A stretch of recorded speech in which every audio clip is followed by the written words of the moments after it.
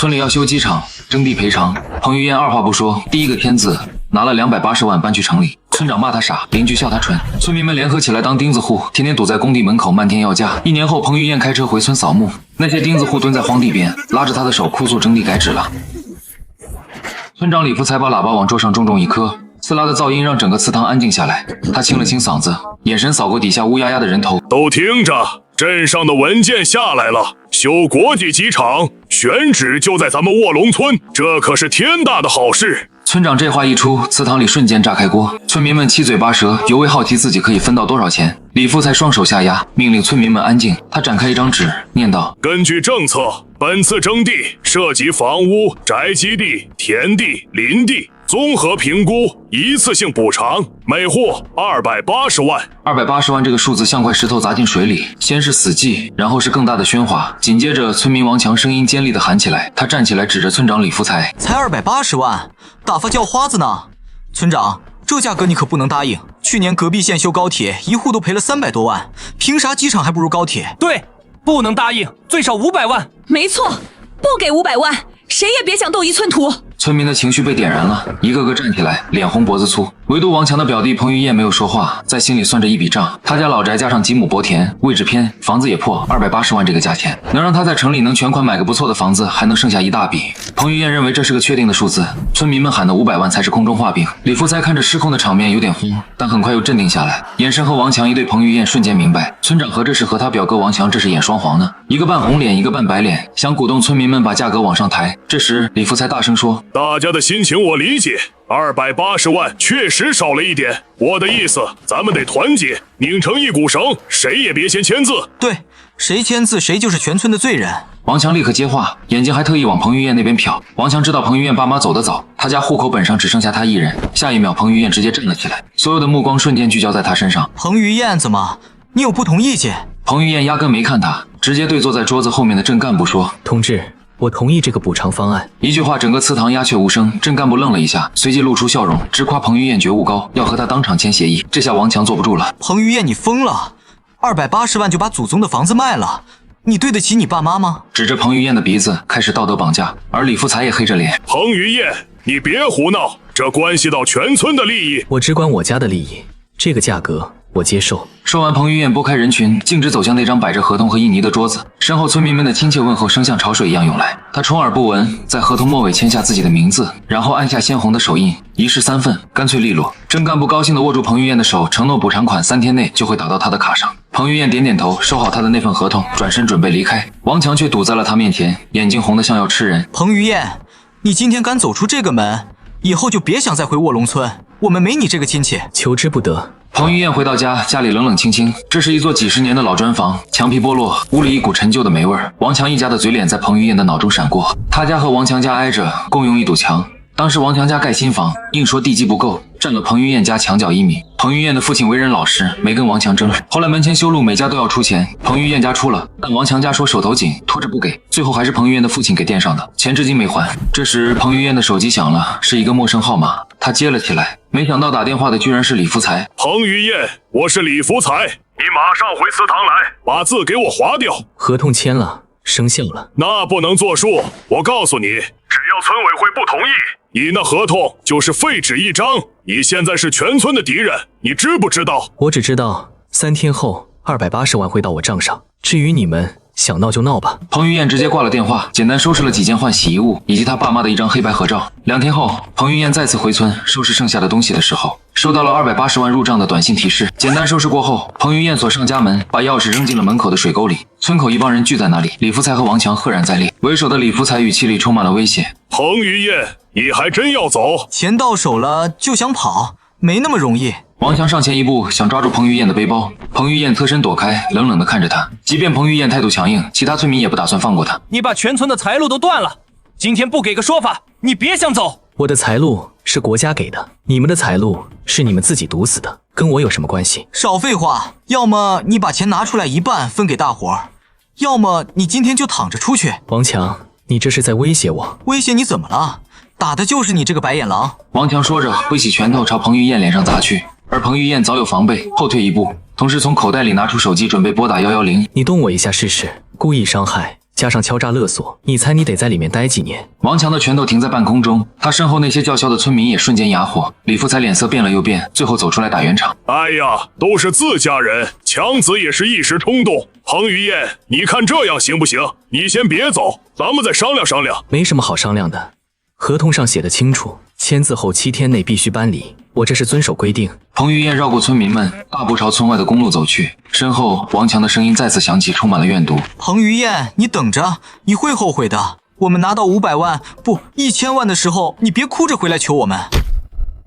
彭于晏没有回头，到了市里后，他找了一个房产中介，买了一套175万的3室2厅，精装修家电齐全，可以直接拎包入住。剩下的钱，彭于晏又买了一辆20万左右的车。随后，他把新家的地址发给了他的远方表叔七叔。3天后，七叔给彭于晏打了个电话，电话那头传来一阵嘈杂的声音，像是有很多人在吵闹。彭于晏好奇地问：“七叔，你那边怎么了？”别提了，你走之后，王强他们把事情闹大了，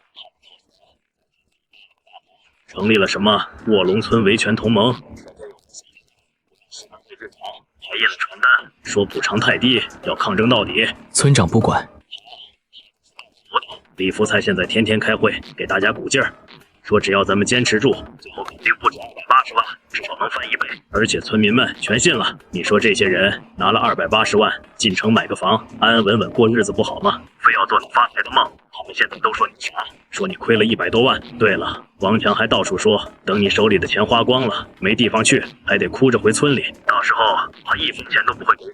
彭于晏并不在意王强的话，电话那头的七叔犹豫了一会儿，还是问：“于晏，你当时签那么快，是不是想到了什么？”没什么，七叔，我就是觉得能拿到手的钱才是自己的钱。七叔又叮嘱了彭于晏几句，才挂断了电话。半个月后，彭于晏看到了一条新闻推送，标题是“卧龙村村民团结一心，抵制不合理补偿，是要维护自身权益”，里面配着几张照片。照片上，王强手持大喇叭站在村民中间，他们身后是一个用帆布和钢管搭起来的简陋大棚，上面挂着一条血红的横幅，写着补偿不到800万，誓死不开工。文章充满了煽情，把村民们描述成被资本欺压的可怜人，把他们的贪婪无知美化成了朴素的维权意识。文章下面还有几百条评论：支持村民，开发商太黑了。800万不多，1线城市一套房都不止这个价。卧龙村的老乡们好样的，一定要坚持住。文章里提到，在村民们的不懈努力下，项目部已经松口，愿意在原有基础上增加一笔搬迁奖励，但具体数额还在谈判。彭于晏明白，所谓的谈判不过是拖延的伎俩罢了。他又翻了翻，看到了一段对王强的采访视频。记者问他：“你们的期望价位是多少？”王强对着镜头伸出8个手指：“每户最少800万，少1分都不行。”王强还在采访里特意提到了彭于晏：“我们卧龙村山好水好，以后修了机场，旁边的地价不得起飞？我们这是为子孙后代着想。我们村之前出了一个败类，叫彭于晏，为了280万，第一个签字跑了。这种人就是短视，没有集体荣誉感。等我们拿到800万，他都哭没地方哭去。我告诉你们，他这种人以后休想再回我们卧龙村。”彭于晏关掉手机，冷静地给自己泡了壶茶。晚上，七叔又给彭于晏打来电话，语气里满是忧虑，正是为了王强接受采访那件事。王强他们现在是铁了心，非要800万不可。哎，这帮人真是疯了，彻底疯了。项目部那边说最多再加20万，也就是凑个整。把去谈判的人给打了，把人的钱都给拿了。听到这里，彭于晏有些意外，好奇地追问事情的发展。现在帽子叔叔都来了，把带头打人的抓了几个，王强跑得快，没抓到。现在村里乱成一锅粥，李福才也压不住了。我跟你说，现在村里分成了好几盘，有要800万的，有要1000万的，还有人说干脆自己集资盖房子，以后当机场、家属院卖，说什么的都有。七叔，你别掺和他们的事，守好你自家的门就行了。我知道，我就是替他们着急，又替你担心。王红那小子在外面放话，说早晚要来找你算账，你一定要小心点。听到这话，彭于晏并没有放在心上。在他看来，这么闹下去，资方和政府的耐心所剩无几。之后，在3个月的时间里，彭于晏用一部分钱报了几个线上课程，学习金融投资和电商运营，每天的生活被安排得满满当当，精神上无比富足。期间，他拒绝了七叔几次让他回村看看的提议。没多久，村民们和项目部的对峙进入了僵持阶段。王强他们打砸了项目部的车之后，对方的态度也强硬起来，不仅取消了那20万的搬迁奖励，还发表声明，如果村民继续阻挠施工，将通过法律途径追究其造成的经济损失。这下村民们慌了，但王强和李福才又给大家开了个动员大会。大家都别慌，这是开发商的恐吓战术，是黎明前最后的黑暗。只要大家再坚持一下，胜利就属于我们。没错，我有内部消息，机场这个项目是省里定的，不可能改。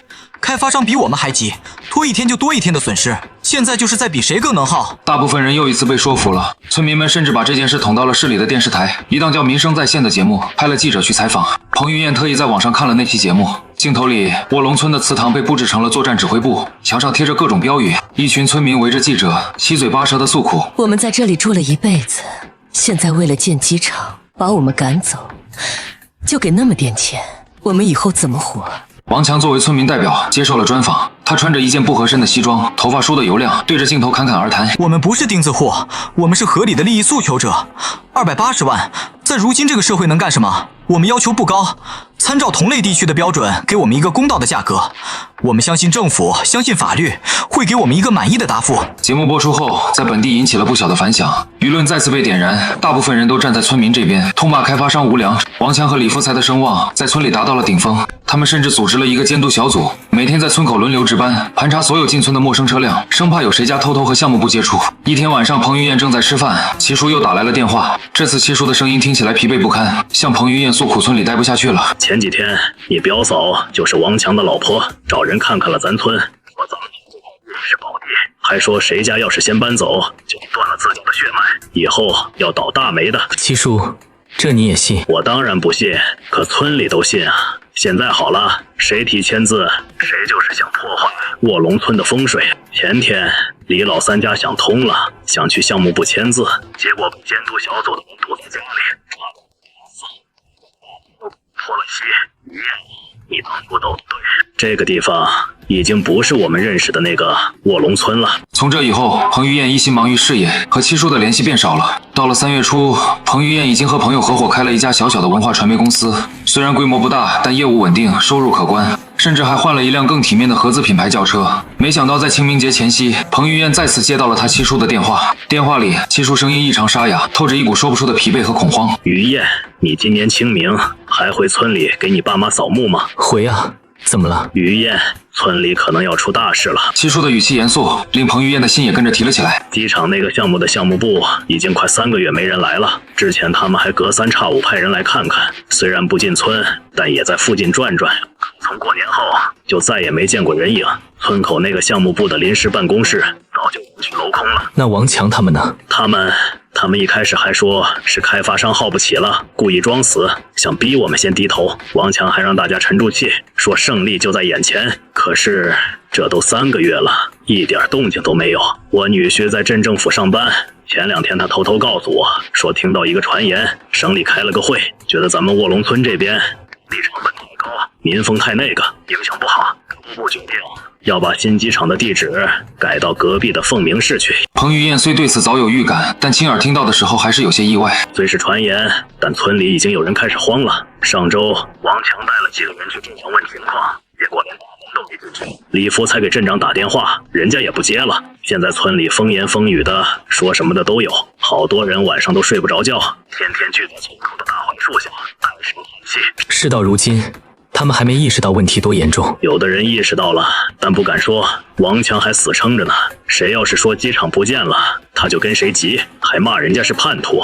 动摇军心。他说他过几天就去市里，去省里，他有路子，能问到确切消息。于晏，你这次回来自己当心点，现在村里人情绪都不稳定，跟火药桶一样，一点就着，你可千万别刺激他们。彭于晏谢过七叔后就挂断了电话。到了清明节那天，彭于晏开着新买的车，行驶在去往卧龙村的高速路上。快到下高速的出口时，彭于晏的手机上弹出一则消息推送，他将车停在应急车道上，点开了那条新闻，标题为《关于新机场项目选址变更的最终公告》。里面写着，原项目因为受到巨大阻力，经省市2级研究决定，新机场项目将整体搬迁至临时凤鸣市。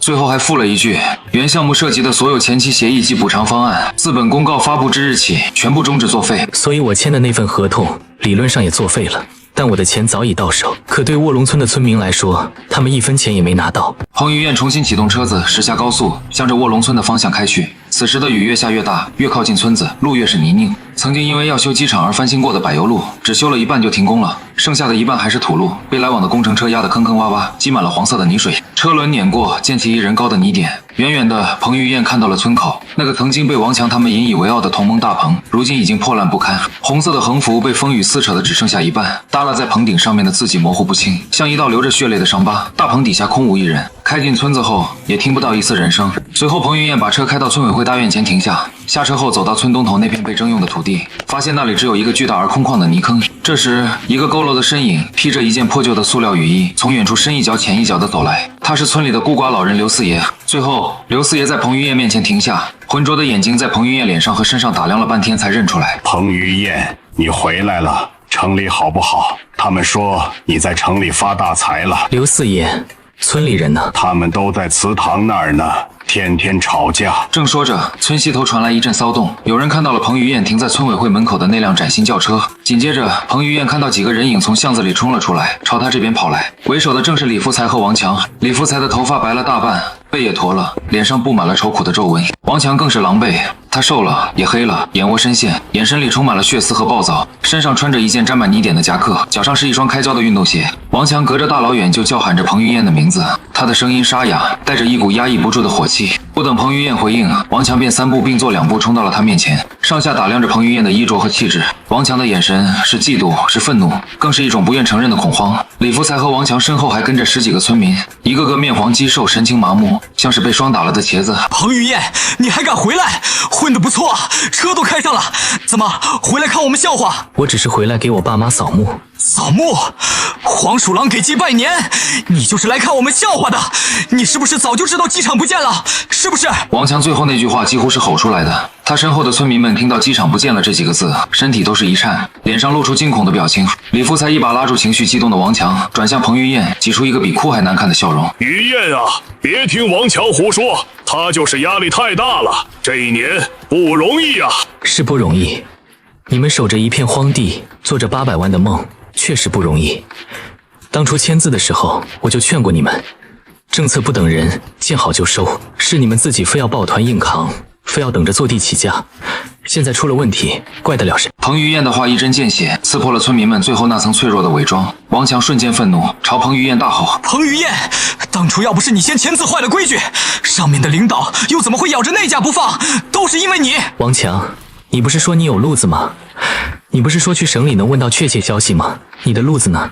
你的消息呢？王强脸上的嚣张瞬间垮了下去，嘴唇哆嗦着，半天说不出一句话。就在这时，人群一个女人放声大哭：现在可怎么办啊？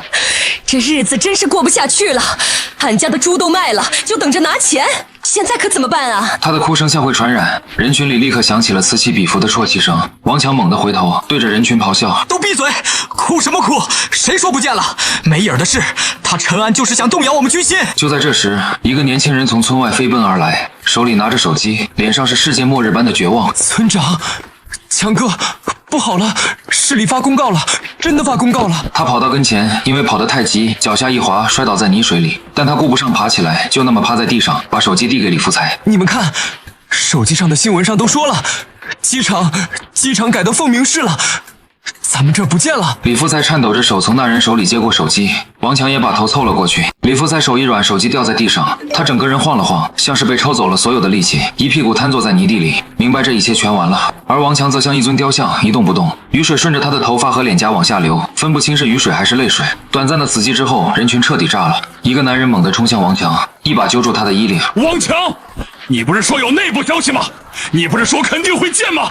现在怎么说？你把我们都害惨了。对，还有李福才，都是你们俩，非要当钉子户，非要800万，现在好了，一分钱都没了。愤怒的村民们一拥而上，对着瘫倒在地的李福才和呆若木鸡的王强疯狂问候。彭于晏撑着伞，默默地站在一旁，看着这场闹剧的高潮。混乱中，不知道是谁喊了一句：别打了，打他们有什么用？钱能回来吗？这句话像一盆冷水浇在众人头上，他们打人的动作停了下来。这时，所有人的目光不约而同地再次聚焦到彭于晏身上，他们的眼神里充满了悔恨和祈求，以及绝望。李福才被人从泥水里扶起来，他一把推开身边的人，踉踉跄跄地走到彭于晏面前。这个1年前还指着彭于晏的鼻子骂他短视的老人，此刻脸上挂着泥水，嘴唇哆嗦着，老泪纵横。于晏，恕错了，恕对不起你，是属有眼不识泰山，属鬼迷心窍，听了王强的怂恿，带着大家伙犯浑，我们都是傻子。事到如今，说这些还有什么用？人群分开，王强也被几个亲戚架着推到了彭于晏面前。他身上的夹克被撕破了，脸上青一块紫一块，嘴角还流着血。王强低着头，完全不敢看彭于晏。旁边的一个长辈突然推了王强一把，催他向彭于晏道歉。王强身子一颤，还是没抬头。他沉默了很久，突然朝彭于晏软下了膝盖。这个举动让所有人都惊呆了。王强在开口时，语气里带着浓重的哭腔：“彭于晏，表哥错了，求你帮帮我们吧！我不是人，我混蛋，我不该撺掇大家当钉子户，不该骂你，不该让你走。是我贪心，是我害了大家，我对不起全村人，我对不起卧龙村的列祖列宗。你看，在我们是亲戚的份上，救救我们吧！你那么有本事，肯定有办法的，对不对？”他抬起头，满脸泥水和眼泪，抓住彭于晏的裤腿，像抓住最后一根救命稻草。你在城里认识人多，你去跟开发商说说，我们不要800万了，我们什么都不要了，就要原来的280万，行不行？求求你了！他身后村民们也反应过来，呼啦啦跪下一大片，纷纷恳求彭于晏：“彭于晏，求你帮帮我们吧！我们知道错了，我们真的知道错了。只要能拿到钱，我们给你磕头，我们给你立长生牌位。”对，只要你能帮我们牵个线，让机场再回来，我这个村长也给你当。于晏啊，你就帮帮大伙儿吧。彭于晏抽出被王强抓住的裤腿，后退了一步。公告上写得很清楚，所有协议全部作废。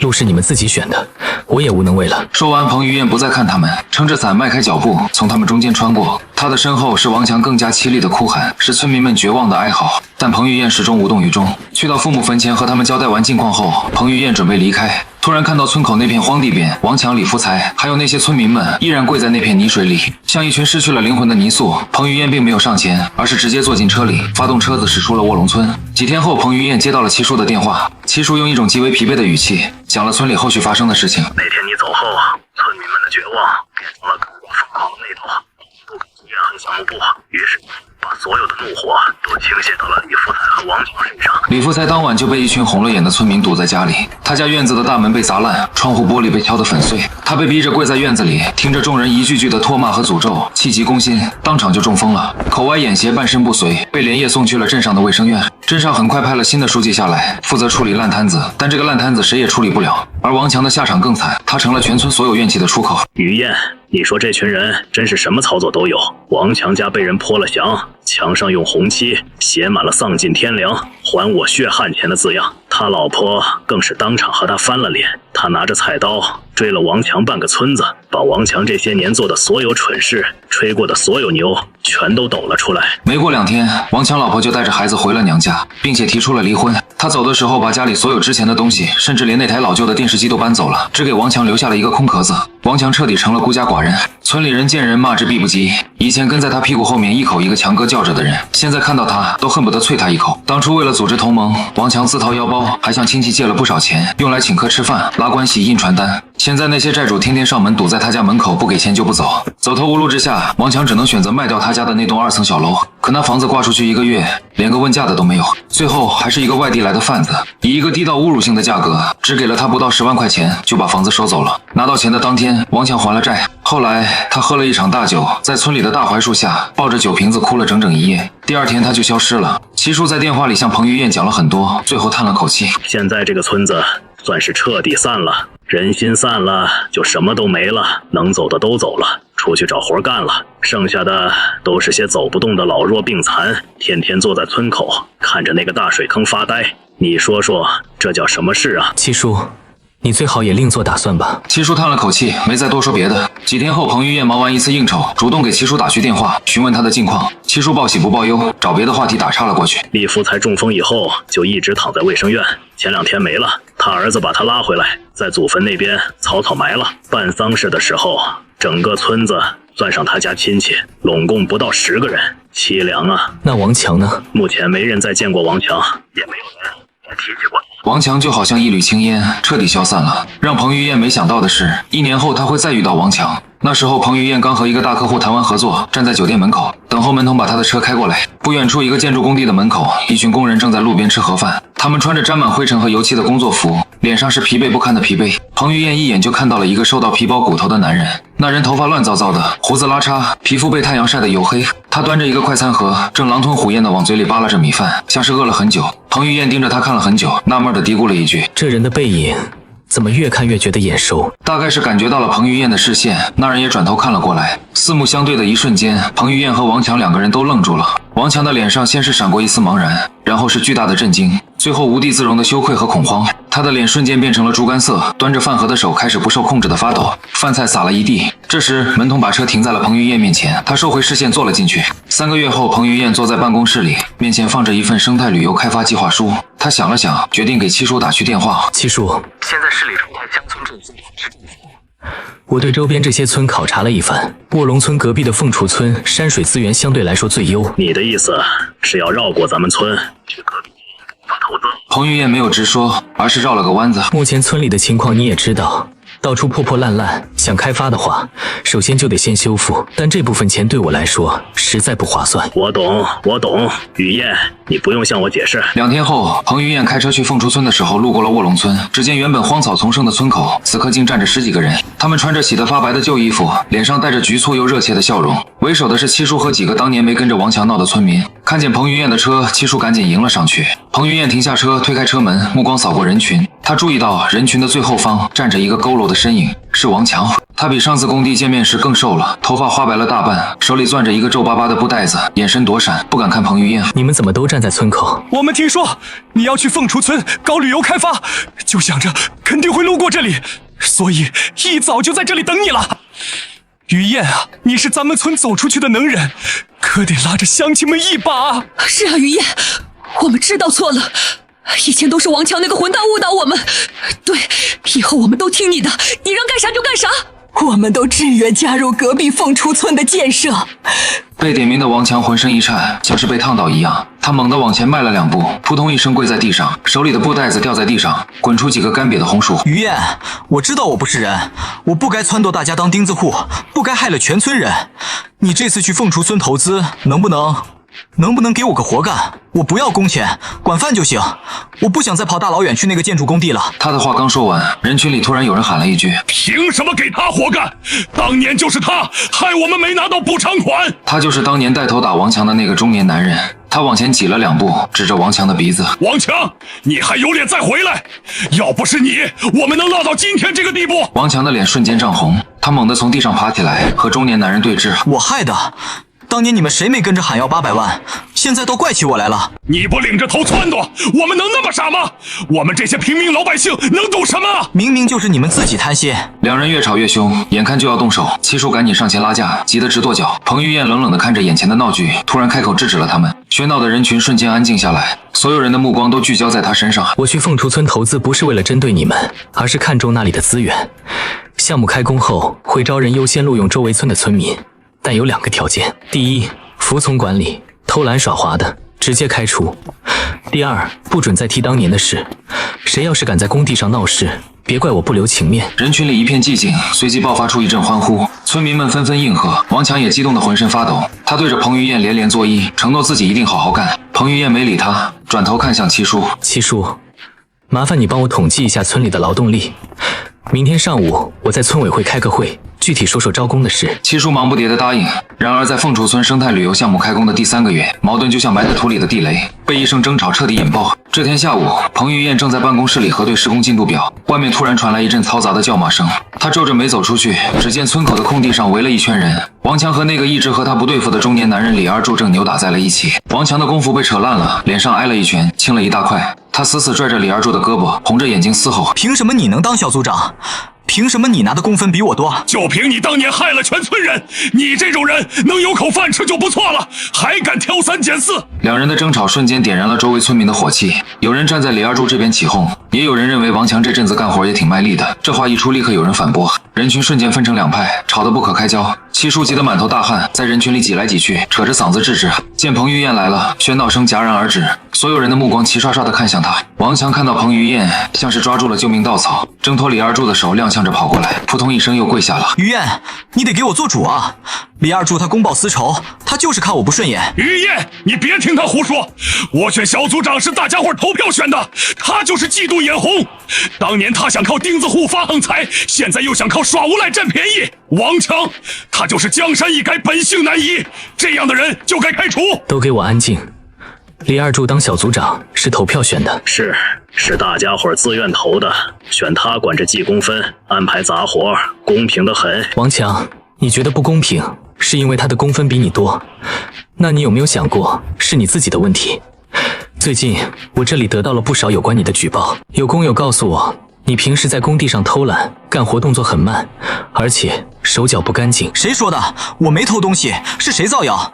别被老子逮住他！彭于晏看着眼前脸色涨红的王强，无奈地摇了摇头。王强见状，立刻把态度软了下来。于晏，不，彭总，我就是觉得我不比李二柱差，我也想多挣点钱，我也想重新做人。这话刚说完，人群里就有人发出嗤笑，嘲讽声像针一样扎在王强的心上。他再次因为当年的事和村民们吵了起来。彭于晏看着眼前的一幕，心里五味杂陈。项目上的规矩是按劳分配，谁干活卖力，谁贡献大，谁就拿得多。小组长的位置不是终身制，下个月我们重新投票。就在李二柱要松一口气的时候，彭于晏突然话锋一转，还有，我之前就把丑话说在前头了，谁要是再借着过去的恩怨闹事，影响项目进度，就直接卷铺盖走人。王强、李二柱，你们违反了我的规矩，现在立刻收拾东西走人。还有，王强，你必须在3天内把偷到的财物如数归还，不然我就要报警处理了。听到这番话，李二柱和王强同时愣住了，他们还想再辩驳，在看到彭于晏身旁的保镖后，都不敢再吭声了。两人走后，项目进程顺利了很多。没多久，卧龙村隔壁的凤雏村被开发成功，彭于晏靠着此项目赚得盆满钵满，而王强再也没有在村里出现过。这一次，没人再见过他。